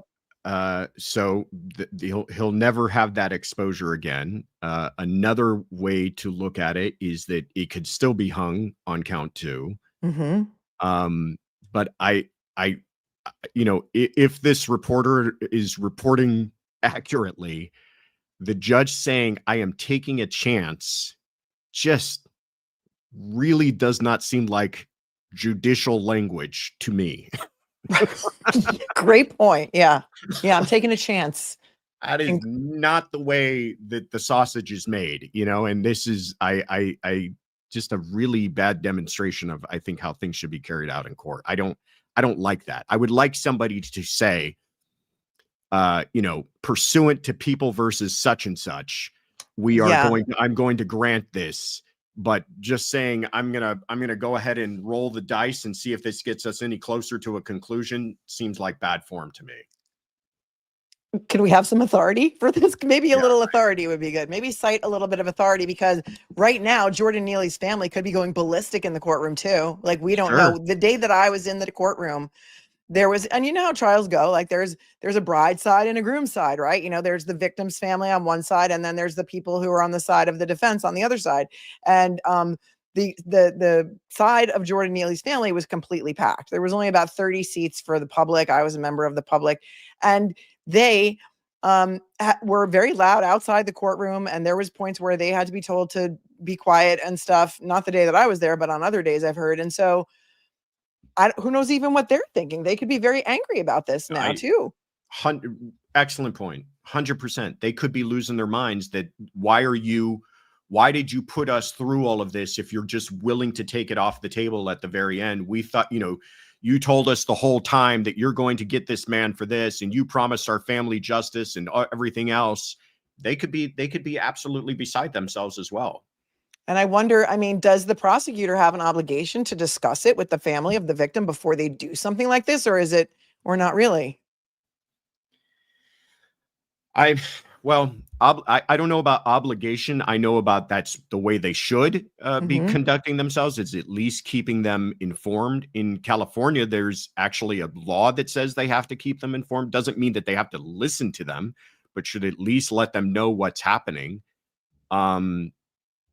But again, I don't know how you justify that. It seems to me that you're doing a lot of gambling on the idea that you believe that the only reason they're hung on count 1 is because they're willing to convict on count 2. And here's what just happened 38 seconds ago. Judge Wiley, I'll take a chance and grant the people's application. I'm going to let them go to return and consider count 2 on Monday. Bring them in. Jury entering. Judge says manslaughter in the second degree is dismissed. You are free to consider count 2 on Monday. Think about 2. Have a great weekend, everyone. Yeah, right. What kind of a message does that send to the jurors too? Right? Are they thinking like, did you guys not care? Like, are we all what did we sit here for then? What is it that you say you do here, what Judge? Did you put us through everything for if you're willing to just kind of dismiss it at the last moment? This is wild. I can't wait to hear what other talking heads besides us have to say about this, because I feel like we are on point here. We are on point. I feel like we should have our own show, by the way, on Court TV. I think you're absolutely right. I think we need to get your producer on this, because she will make it happen. I have a feeling that she will make it happen. We will talk offline, but I am so I know that you go on Court TV a lot, right? As a every once in a while, News Nation and Court TV, so we can't trash them at all. But I will say that I think that we deserve our own show. So I'm gonna let those News Nation people know. Yes, or but it has to be either New York or LA based. Like, I'm not going to Atlanta. I'm not going to like some, no. It has to be like a real studio with anyway, call us. We're here. Second thing is, this is atrocious. This is an abomination of justice. I'm ashamed of you, New York. I'm ashamed. Because now I'm going to get you have a Westlaw? Do you have a Westlaw subscription? Because it's really expensive, and that's why a lot of lawyers are using GPT to write their legal briefs, because Westlaw is expensive. But I'm going to go look for some case law now, because I don't even think that there's any precedent for this. I know. I don't know myself, because I've never been confronted with this situation, and I've never seen where a prosecutor's even asked to do it. So it's uncharted waters as far as I'm concerned too. Yeah, I mean, that's another point. The defense could walk in on Monday and say, by the way, we have case authority to say what you just did was wrong. J. Trump. Well, Vance is speaking right now, but they have their cameras up and ready to talk about what just happened in the abomination court room, in my opinion, only of Judge Wiley in New York City, who just decided he's going to allow the ADA to just dismiss count one, which is manslaughter in the second degree, and has just discharged the jury and told them, since you're hung on manslaughter in the second degree, I'm just going to dismiss that charge. And you can come back on Monday to decide whether or not you can convict on count two, which is criminally negligent homicide. Wild. Now, wild stuff. We appreciate everyone continuing to join us here on Live Now. When we come back here from our 2-minute break, we will go into breaking news mode. We are getting some updates here as the court has dismissed the Daniel Penny manslaughter charge. We'll be bringing that to you and much more here on Live Now from Fox. The judge now saying that the jury can now consider count two versus Penny. We'll be back in 2 minutes on Live Now. Oh, we can fill 2 minutes, right, Josh? We can fill 2 minutes. This is wild. This just doesn't happen. And like you said, how confident were they in their case if they're just willing to drop it? Here's beautiful messy ball coming in with a 5, says, can they not move on to count two until count one is resolved? And didn't count one leaves them to move on to count two. There's some typos in there, but I think the question has been answered because the judge decided that he would just dismiss count one and let them come back on Monday. But yeah, to answer that question, the way that the instruction was is no, they couldn't move on to count two until they arrived at a acquittal on count one. So now the judge is basically saying, okay, I'll solve that problem. I'm just going to remove count one so you can consider to count two. I mean, I guess that to give the judge as much credit as we can, that might be what the judge is just thinking is, there's a problem with count one. Let's see if that problem is resolved with count two. But I guess where I really start to get bothered by it is that it's the prosecution pushing for it. The prosecution saying, yeah, go ahead and dismiss it. Let's go ahead and do that. With the, eagerly waiting for some sort of conviction on count two, which just seems so distasteful to me. I'm great. Mama She, thanks for the 10. He can be a law daddy. That means you. But this gal only has eyes for law daddy. Oh, Tom Kokanowski. Yeah, you guys were going a little bit wild yesterday in Kathy's chat over at Gossip Rumor and Innuendo. That was a little crazy. I saw what was going on over there.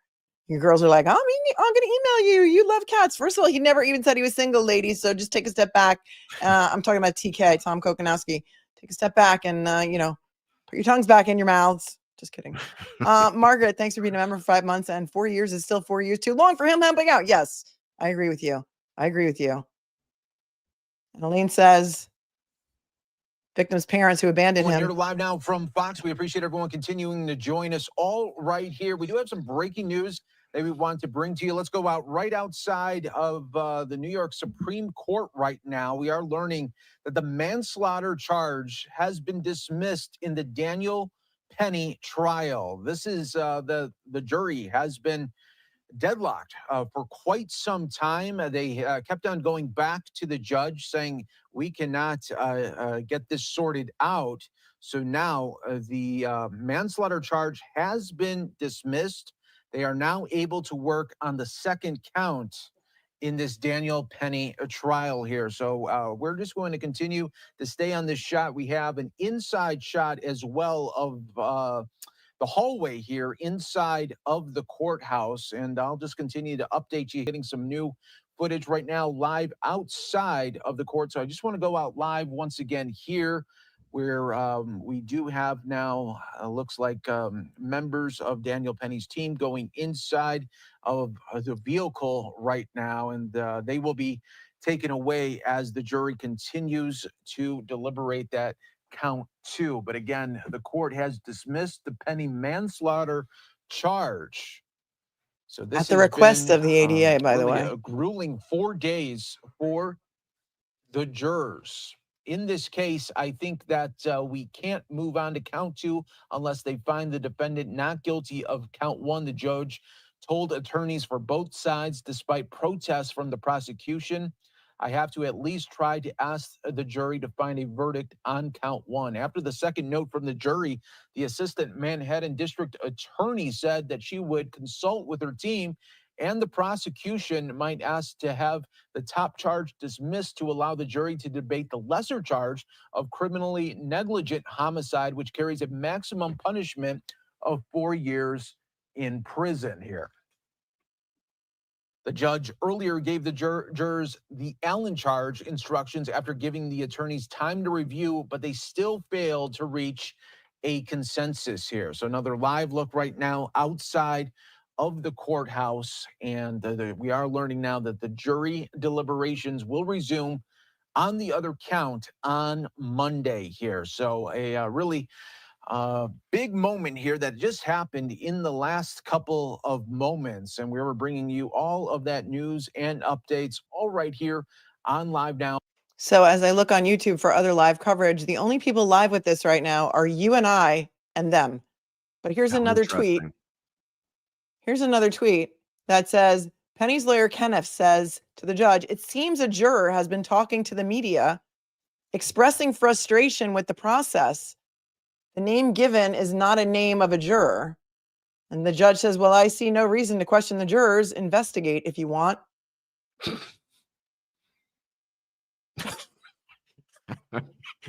Okay, what? I don't know what to make of that. I really hope inner city press is not adding their own kind of artistic embellishment to the quotes coming from the judge, because these do not sound like how a judge would speak. Investigate if you want. I mean, I don't know what that is all about, but I mean, and then the wheels judge are says, coming see off you Monday. Yeah. The point made by the defense in an earlier tweet, I think is a really good one.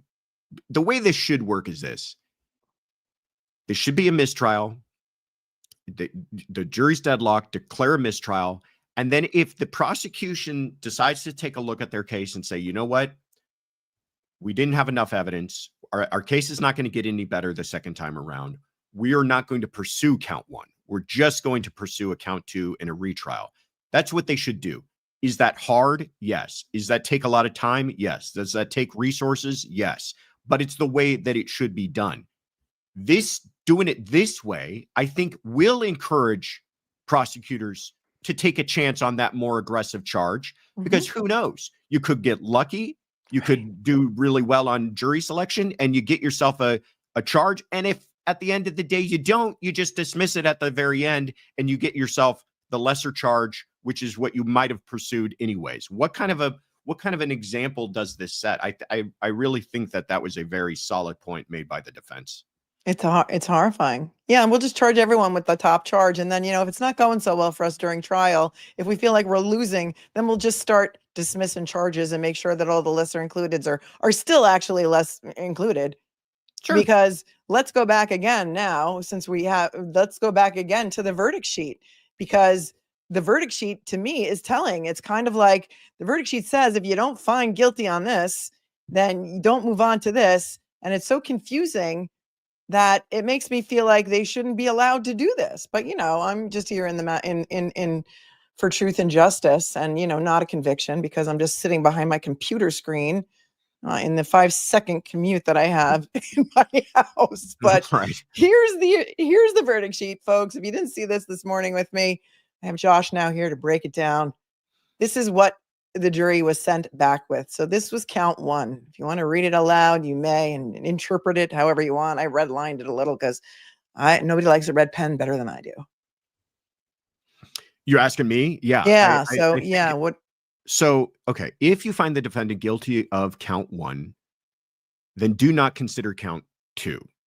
That makes total sense, right? We're not trying to double up here. This is the same conduct being charged 2 different ways. Because there's only if there was 2 victims, let's say, then they could have a second count that they would have to go on to, but there's only one victim here. This is being charged in the alternative. It's a Right. it's a manslaughter, or it's a negligent negligent homicide. But if you find him not guilty of count one, for the reason that the people have failed to prove beyond a reasonable doubt that the defendant was not justified, meaning they did not overcome self-defense, a justified homicide, then you do not consider count two, because what you're saying is that self-defense applies, and you're not guilty on count one would apply to count two as well. Mm-hmm. But if you're finding not guilty for some other reason other than justification, other than self-defense, and you acquit him of count one, then that's the scenario in which you can move on to count two. And that makes the most kind of logical sense if you play it out in your mind, is that, okay, he's not guilty of count one. The reason he was not guilty of count one doesn't really have to do with self-defense.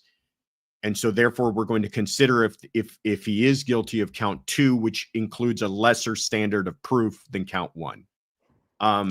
Instead they've kind of short-circuited that here and said, well, pretend like we never even charged him with count one, and we just only charged him with count two. How does that play out in your heads? And again, because we don't know the breakdown and we don't know why they're finding him not guilty, those who voted for not guilty on count one, we don't know if that's going to change anything at all. I think a very real possibility is they come back Monday, and the first thing they do Monday morning is send out a note and say, we're hung on count two. What it does not say here is, if you cannot come to unanimity on count one, move on to count two instead, right? Correct. And that's what they're essentially now doing, or telling the jury to do. Correct. Right. Yes. Because what that is supposed to do is preserve that for the prosecution if they want to retry that person on count one. Because it's double jeopardy. Right. Because it would declare a mistrial and therefore not invoke double jeopardy, and they could retry them on count one. But now the prosecution is saying, we don't really care. We don't really care about count one. That 15 years didn't really matter to us. What really matters to us is securing a conviction. No big whoop. We're just going to withdraw that. So, it's just, we're going to take it off the table, go back. And I think that excellent grounds for appeal if he's convicted. What do you think the chances on appeal are?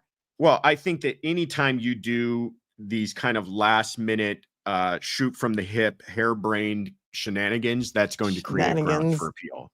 I mean, like I said, that not to fault that court reporter, but if I didn't hear anybody cite case law, and if there's no case law being cited, you can be sure that on appeal, somebody's going to be citing some case law to say that everything that took place was not the way it should have played out. And that alone could get this guy an appeal. But the only way we get an appeal is after a conviction. So does that mean that he's sitting in prison for 4 years waiting for his appeal? No, because he's been out on bail the whole time.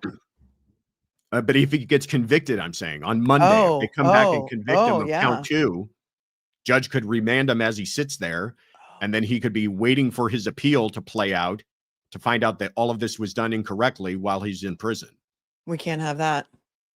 You might have to fly to New York, and we're going to have to go protest outside the courthouse on Monday. I'll pack my bags. Yeah, pack your bags, leave it on a jet plane. This is outrageous. I'm really outraged by this. I mean, I thought, look, not only shenanigans, but there's also some tomfoolery and ballyhoo. Those who know. That's a Good Will Hunting quote. If you're just joining in the Daniel Penny trial, the jury's been sent home until Monday. The ADA was permitted to withdraw count one, which is manslaughter in the second degree, because the jury was hung on count one. And, instead of chasing the truth, they're just chasing a conviction. The judge allowed it. He said, I guess I'll allow it. And now the jury's going to come back on Monday to see if they are also hung or if they can convict on count two, which is criminally negligent homicide. Let's go to the chat and just answer some questions while I still have you here. So Elaine had said, and we were I think interrupted before. Thanks, Margaret, for becoming a new member. And Margaret says 4 years is still 2 years too long for helping out. And Elaine said victims' parents who abandoned him on the street for years have now filed suit against Daniel Penny. Yeah, they filed their civil suit yesterday, and it is widely known, and it has been in the press for a very long time, that I believe the biological father had no contact with him since he was a very young boy. So there's that. Romy says this decision seems like a slippery slope. Sure does. Could lead to overcharging on the regular, because what have you got to lose as a prosecutor in New York City? Kirsten, I'm behind watching to catch up, but wanted to say we appreciate you both. This is insanity. Not guilty is the only verdict. Thank you, Kirsten. Everyone smash the like button while you're thinking of it, please. Helps the algorithm at some, for some reason. I don't really understand the algorithm, but apparently they tell me it does. K-Cat, it says dismissed, not acquitted. Doesn't say with prejudice. If they hang on the second charge, can they recharge him on both again? No. Well, I thought we discussed that, and you said no. I realize that they're trying to make the point here of saying that is it with or without prejudice? I cannot imagine that this does not invoke prejudice. Yeah. Double That just jeopardy. does not invoke double jeopardy. Yeah. I mean, a jury was sworn. They've indicated that they were hung. A mistrial was not declared. I just cannot imagine that they could finagle their way into trying to retry him on count one if this ends up with a hung jury on count two. I agree. I'll allow that. I agree. I feel like that's the chance that the judge feels that they're taking, right? Yeah. I mean, that's the gamble they're taking. Marcello, thank you for tuning in from Argentina. If there is no case law supporting the decision, isn't this an easy appeal and reversal? How can a prosecutor just dismiss a charge while deliberating? Great point. I mean, again, it's not unheard of for prosecutors to dismiss charges before they've been submitted to the jury. I've never seen a situation exactly like this. I will give one quick anecdote. When I was a prosecutor, I had a situation where it was charged as murder, and there was a second-degree murder, lesser included, very similar to this scenario. And the jurors came back saying something along the lines that indicated, even more so than these jurors, that they basically were acquitting him of the first, but were going to convict of the second, but they weren't quite sure how to do it. And we knew that that was wrong, because we knew they should have acquitted him of the first degree before they moved on to the second.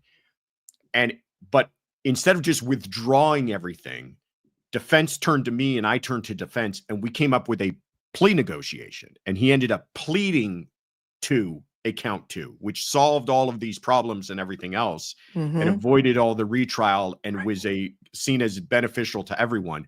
But it wasn't like this, where we just withdrew a count to kind of encourage them to deliberate on another count. So yeah, I just don't know if there's an out and out prohibition against doing it. I just feel like it's creating a lot of problems.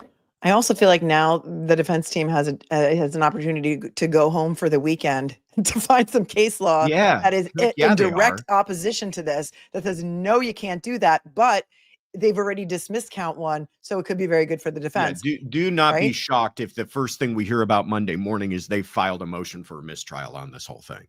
Right. Or this is what KPAC says is an interlocutory appeal, an option here. And I'm not sure of the answer to that.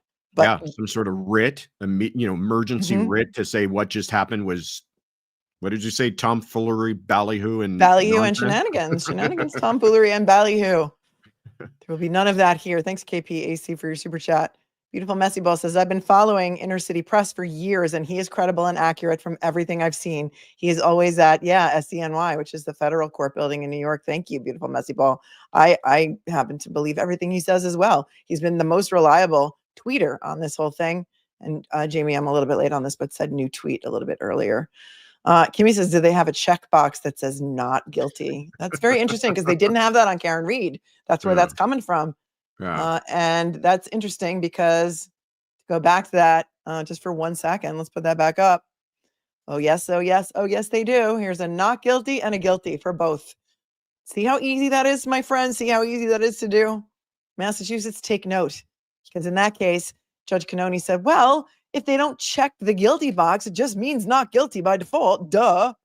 And Alan Jackson, your friend, said, Your Honor, respectfully, I've never seen it done like that. And she said, well, that's the way we do it here in Massachusetts, Mr. Jackson. That's the way we do it here in Massachusetts. Yeah, I remember when that happened in court, because when I took a look at that jury verdict in Karen Reed, I had the same reaction that Alan did, because it doesn't look. We are used to forms where it's every page is its own. It's like, if you want guilty, here's a page for guilty. Here's a page for not guilty. It's like abundantly clear how they should work their way through the whole process. So that I'm still a little befuddled by that whole Karen Reed verdict form. It's just so funny to me that all of this work and energy and stress and witnesses and everything else, and you get down to one page, could throw the whole thing off the rails and into disarray. And here we go again. There'll be a re-persecution of Karen Reed coming up shortly. In fact, it's supposed to happen on January 29th, I think. January 27th, they've made a motion to adjourn it until April Fool's Day, ironically. And that has not been decided. But today is the last day of the term of the SJC, which is their highest court in Massachusetts, where this juror issue is waiting for a decision. So either it's going to come out today or it's going to come out when they reconvene in January. But you know, from what I know about like the Supreme Court of the United States and other such appellate courts, is they get everything wrapped before they start their next term. So I'm still waiting for that decision to hit my inbox, because, you know, I'm just here for you guys all day and all night. No matter what happens, any time of day, I'll come back and do it. Kirsten said, I'm behind watching catch up, but wanted to say we appreciate you both. This is insanity. Not guilty is the only word. Thank you. Thank you, Paloma, for becoming a member. And Beautiful Messy Ball about Inner City Press. Thank you. Chuck Bucknall's guilty. Did that. Jerry, thank you. Could this now be case law for Karen Reed? No, because Massachusetts does not have to follow New York. It's not a federal case. It's not a U.S. Supreme Court case. So, no. Right? Could be a cautionary tale. Yes, it could be. That's excellent. Could be like, take judicial notice of this, Your Honor. Judge Bever, you're watching? Jen Lee, I'm outraged. Seems completely un-American. YouTube would not allow me to say he needs to go without fear of re-prosecution. He needs to be let go.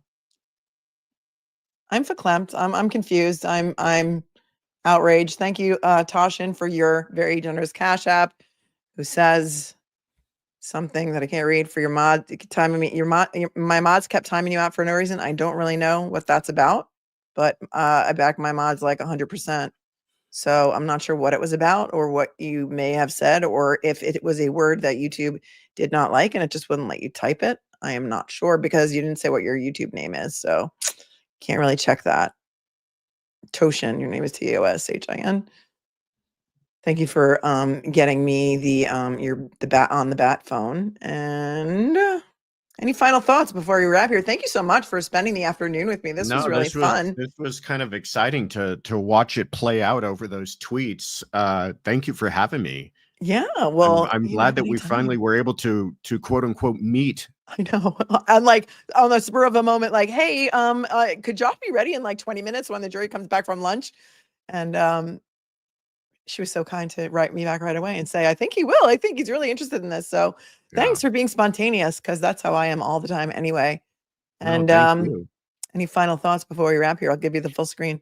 Yeah, it's just, you know, so much of why I am interested in doing this and interested in being on YouTube and talking about these cases is so that people can have a better understanding of, you know, how the sausage is made, and perhaps a more respect and integrity of our judicial system. But then when you see something like this happen, it all seems to fall apart. And this is really,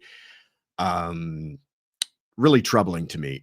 If it makes people question that justice is being done, then I think that's a failure. And I think that's what we saw take place today. Regardless of what happens on Monday, I think the way this played out at the very end was kind of a failure. If you're looking for strengthening the integrity of our judicial system.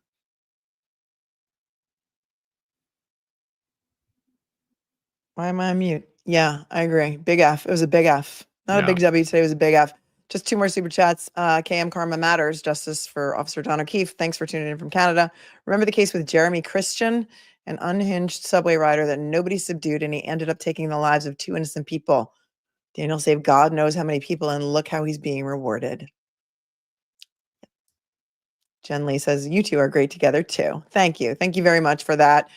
Thank you, all of you. There are still at least over 3,500 of you watching. So please, please hit the like button on your way out, smash it, do all the YouTube friendly stuff that YouTube likes, and comment respectfully. Go give Josh a follow and a like over on Courtroom Confidential. We'll be doing this again real soon. As I always say to end every stream, stay cool, stay kind, stay classy. You guys, it is so not hard. It is so not hard. If anybody can do it, you can. Hang out, Josh, for 1 minute. I'll talk to you in the green room. And peace, everyone. Thanks for tuning in. We'll see you again on Monday. Good night, everyone.